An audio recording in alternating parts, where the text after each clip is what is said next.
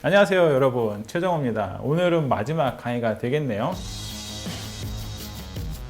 그동안 여러분 수고 많이 하셨습니다. 오늘 강의에서는 사실은 본 강의는 지난 시간까지 끝났다고 보는데요. 오늘은 조금 아쉬워서 마지막 강의로 여러분들에게 살짝 이미 아실 수도 있는 거지만 살짝 고급 팁 한 두 가지만 말씀드리고 마치려고 합니다. 첫 번째는 우리가 찍은 영상 소스가 한 두세 개밖에 안 되는데 이거를 조금 약간, 저는 JQ라고 얘기하는데요, 잔머리를 써서 약간의 팁을 두어서 이것을 조금 더 다양한 앵글로 잡을 수 있는 방법 하나 하고요.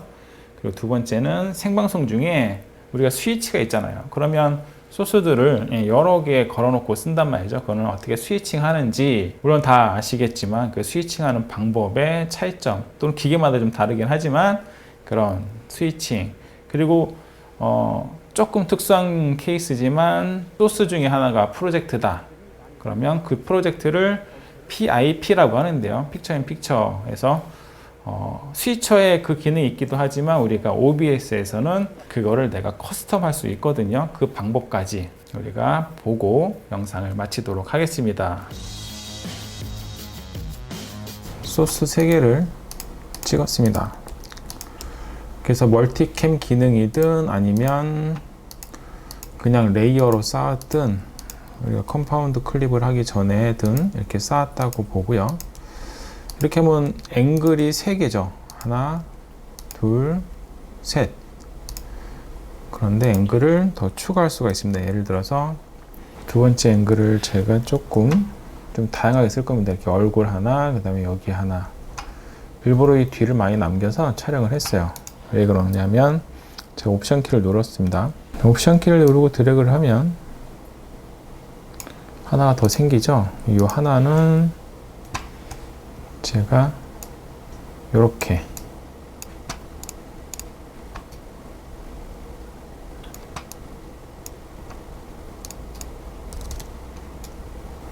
이렇게 뒤에를 약간 도화지처럼 쓰기 위해서 만들고요.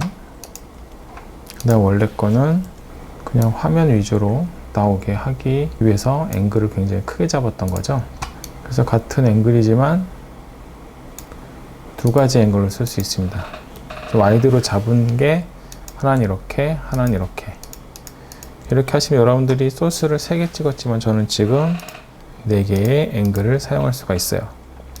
똑같은 방법으로 제가 여기를 찍었지 않습니까? 근데 어떠한 부분은 이 메인이 되는 것도 똑같이 카피를 하고, 제가 이쯤에서 한 반을 잘라서 여기는 이쪽에서 설명 공간을 둬서 제가 뭔가를 설명하는 앵글로 잡고요. 제가 왼쪽에 있는 앵글로 잡고, 한 이쪽 여기서는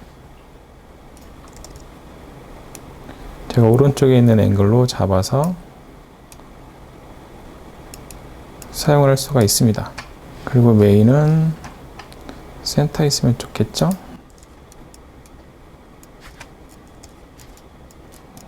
자, 이렇게 되면 제가 소스는 3개였는데 지금 요거 하나는 안 했지만 요거는 하나는 그냥 제가 앵글을 안으로 들어가는 앵글로만 바꿨지 카피는 하지 않았죠. 그렇지만 하나, 그 다음에 둘, 셋, 넷, 5개. 그렇죠?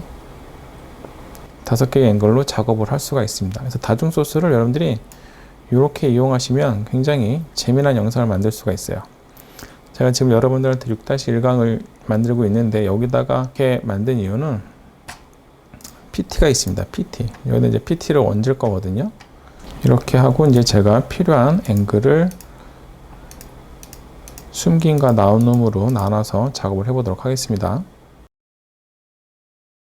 작업한 결과물이 여기 있죠.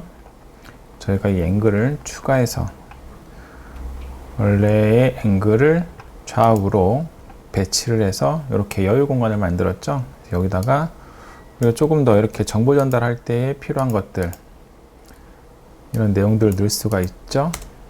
먼저 가장 중요한 것은 바로 예산입니다. 예산을 딱 정해놓고 그 선에서 구매하는 게 좋습니다. 왜냐하면 물건을 먼저 보기 시작하면 이렇게 해서 계속해서 제가 한번 작업을 해보도록 하겠습니다. 준비 순서는 먼저는 카메라가 되겠습니다. 제가 여기다가 이제 PT를 좀 만들어 갖고 왔거든요. 그래서 여러분들에게 PT를 보면서 설명을 하려고 합니다. 준비 순서는 먼저는 카메라가 되겠습니다.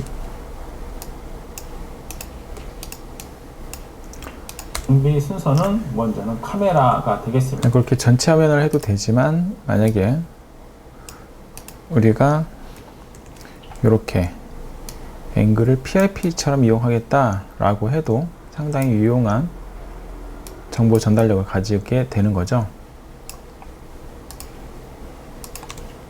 준비 순서는 먼저는 카메라가 되겠습니다. 여러분들 어떤 걸 선호할지 모르겠지만 우리가 오늘 이 다중 소스를 이용해서 작업했을 때에는 이 방법을 하기 위한 이유였죠. 그렇지만 저는 조금 요 내용 전달을 좀 잘 하기 위해서 요 오른쪽에다가 두는 것은 하지 않겠습니다. 여기다 두지 않고 이렇게 전체 화면을 채워서 여러분들한테 제공하도록 하겠습니다.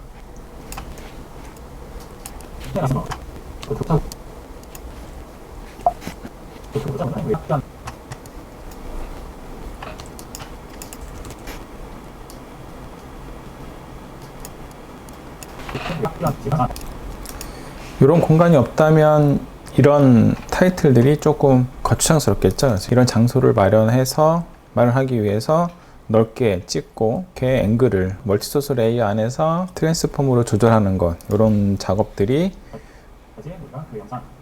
영상을 굉장히 순조롭게 만듭니다. 여기서 작업을 했는데 여기 막상 넣을 게 없다 그러면 우리 컴파운드 클립 했었죠? 들어가서 뭐 하시면 돼요? 다른 레이어 소스로 변경을 해 주셔도 무방합니다. 자, 이런 식으로 계속 작업을 한번 해보도록 하겠습니다. OBS에서 다중 소스 다루는 법 간단하게 살펴보고 강사가 프레젠테이션을 할 때의 팁 한 가지를 보고 가도록 하겠습니다. 다중 소스 하는 거는 우리가 실전 영상에서 보셨지만 소스가 지금 제가 카메라를 3대 설치했습니다. 1대, 2대, 3대. 근데 지금 말씀드리고 싶은 거는 뭐냐면 오늘 강사는 스벅입니다. 제가 실제로 라이브 할 때 좀 촬영을 하려고 했더만 이 강사분이 앞에서 막 하시는데 설명하기 힘들어서 제가 임시로 좀 설치를 해놓고 찍습니다. 그리고 오늘의 특이사항은 저렇게 강사가 프레젠테이션을 한다는 설정합니다. 지금 저희 스위치는 채널이 4개짜리죠. 여러분들이 뭐 4개, 8개, 16개에 따라서 다중 소스를 송출하는 법은 되게 간단합니다. 그냥 누르면 돼요. 누르면 그게 나가죠. 그리고 이제 초록불은 스탠바이입니다. 스탠바이. 그래서 대부분 스위치에 이런 바가 있거든요. 이걸 통해서 여러분들이 스위치를 이렇게 할 수가 있는 거예요. 그래서 초록색은 스탠바이. 그래서 앞에 1번이 나오는데 다음에는 2번을 송출하고 싶다 했을 때 이렇게 하시면 되고요. 지금은 와이퍼가 되기 때문에 이렇게 딱 끼듯이 가죠. 이걸 내가 컷으로 하겠다. 그럼 이렇게 해서 뚝 끊기로 믹스로 하겠다. 그러면 중간에 섞이는 이런, 그렇죠? 그래서 여기는 여러분들의 스위처를 보면 다 되어 있습니다.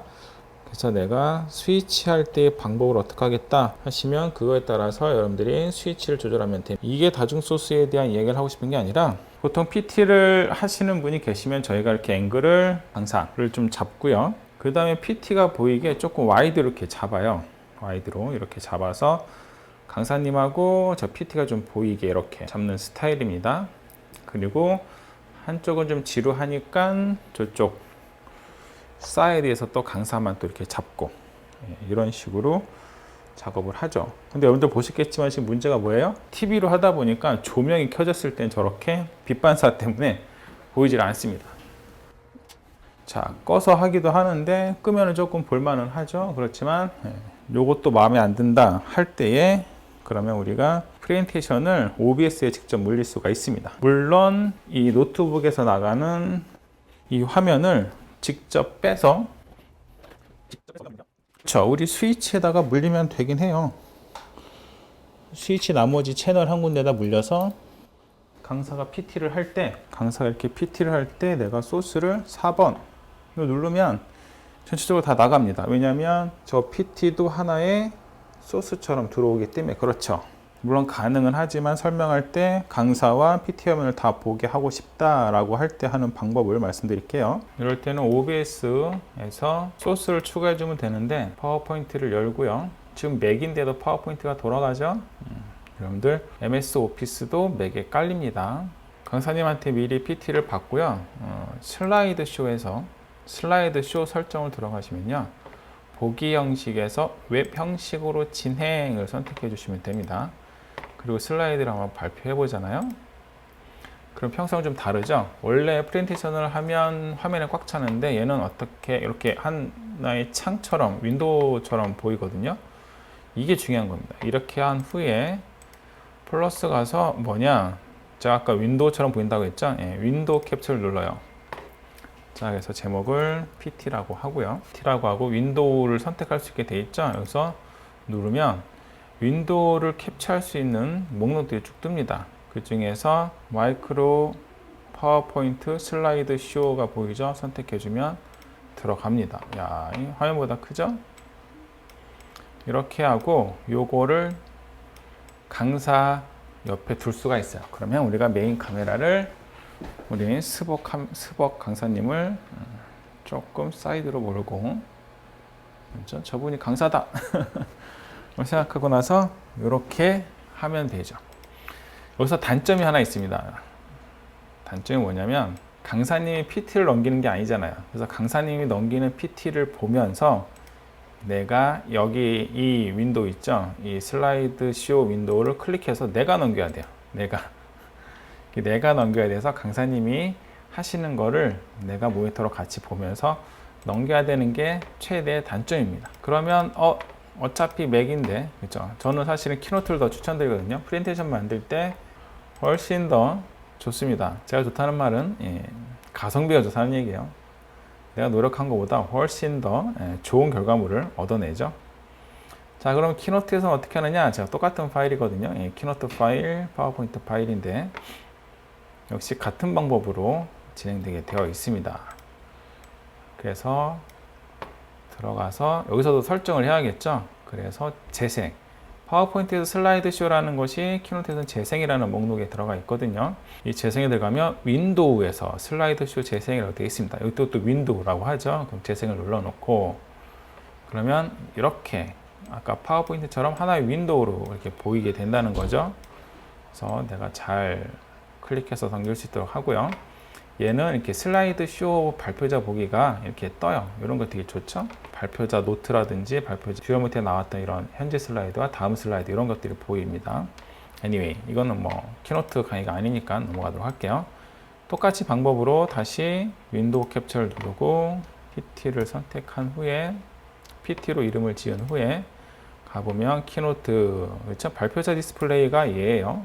그리고 키노트 돼 있죠? 누르면 뜹니다. 그럼 아까랑 방법이 똑같습니다. 이렇게 해서 원하는 위치에 놓고 역시 강사님이 하실 때마다 내가 같이 클릭해서 넘겨주면 그게 나오게 된다는 거죠. 이게 OBS에서 다중 소스를 다루는 방법입니다. 첫 번째는 여러분들이 스위치를 눌러서 소스를 선택하는 거하고, 그 다음에 노트북 화면도 우리가 영상의 한 소스처럼 생각해도 된다라는 거 하고, 그 다음에 마지막으로 PT 화면을 여기다 넣겠다, 이 본 화면을 넣겠다고 했을 때 넣는 방법까지 배웠습니다. 여기서 주의할 점이 하나 있는데요. 맥은 윈도우도 뭐 디스플레이가 데스크탑이 여러 개 쓸 수 있지만 저희가 맥에서 자주 쓰죠. 이렇게 데스크탑을 옆에서 만약에 내가 재생을 했어요. 역시 재생을 이렇게 윈도우 캡처로 윈도우로 했어요. 그리고 여기 와서 이제 하겠다는 얘기죠. 왜냐하면 여기다가 생방 화면을 띄우고 해야 되니까요. 그래서 막 이렇게 어차피 모질라니까 이렇게 하겠다라고 하면요, 똑같이 진행을 했는데 소스에 걔가 안 잡혀요. 이 OBS에서 그 다른 데스크를 지원하지 않습니다. 그래서 현재 데스크에 있는 것만 잡힌다라는 것을 여러분 꼭 알아두시길 바래요. 제가 디스플레이를 이렇게 옆에다 놓고 쓰는 걸 좋아해서 했다가 저기 안 잡혀갖고 한참 고생했습니다. 그래서 찾았는데 이게 꼭 OBS와 같은 데스크탑 안에 있어야지 소스가 잡히더라 라는 겁니다.